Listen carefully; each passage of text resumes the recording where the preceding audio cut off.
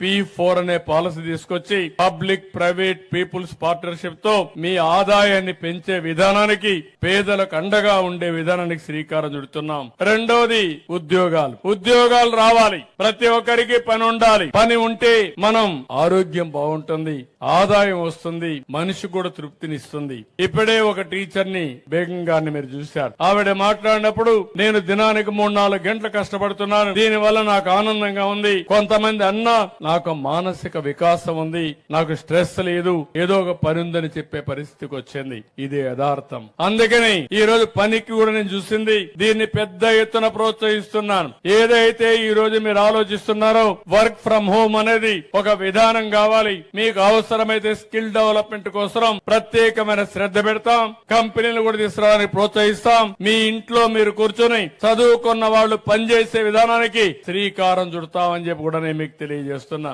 చాలా మంది ఆడవాళ్లు ఉన్నారు. ఒకప్పుడు డాక్రా సంఘాలు పెట్టాను, పొదుపు ఉద్యమం నేర్పించాను. ఆ రోజు అందరూ నన్ను ఎగతాళి చేశారు. ఏంటి ఈ డాక్రా సంఘాలు ఏమైనా చేయగలుగుతారా, వీళ్ళు ఏం చేయగలుగుతారు అని అంటే, ఏం చేస్తారో చేసి చూపిస్తారని చెప్పాను. నేను ఆ రోజు వేసిన విత్తనం ఈ డాక్రా సంఘాలు, మా ఆడబిడ్డలని చెప్పి కూడా నేను మీకు తెలియజేస్తున్నా. ఈ రోజు బ్రహ్మాండంగా ముందుకు పోయారు. పొదుపు ఉద్యమంతో ప్రారంభించి ఒక శక్తివంతమైన మహిళా శక్తిగా మీరు తయారయ్యారు.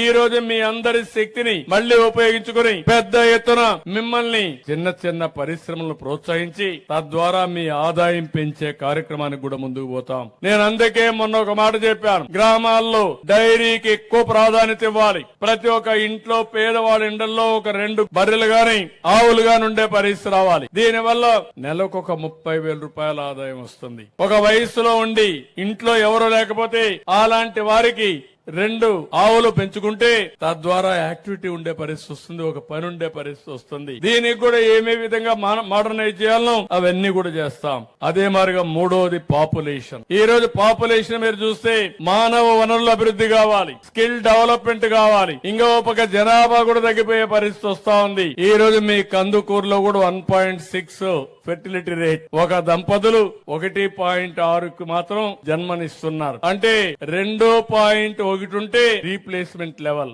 మీ ఊర్లో మీరు చూస్తా ఉంటారు, జనాభా తగ్గిపోతా ఉంటారు. ముసలి వాళ్ళు, ఏజ్ అయిన వాళ్ళందరూ ఉంటారు. చిన్నపిల్లలు కనపడరు, ఉన్నా కూడా కొంతమంది బయట వెళ్లిపోతారు. కడాన ఊర్లన్నీ కూడా పాడుపడిపోయే పరిస్థితికి వస్తా ఉంది, చూసుకునే వాళ్ళు లేక. అందుకే నేను చెప్తున్నాను, జనాభా పెంచడం కూడా మీ అందరి బాధ్యత. జనాభా లేకపోతే కొన్ని దేశాలు చాలా ఇబ్బందులు పడిపోయినాయి. కొన్ని దేశాల్లో మనుషులే లేరు. ఇప్పుడు భారతదేశం నుంచి మనుషులు పంపించమని మనం అడుక్కునే పరిస్థితికి వస్తున్నారు.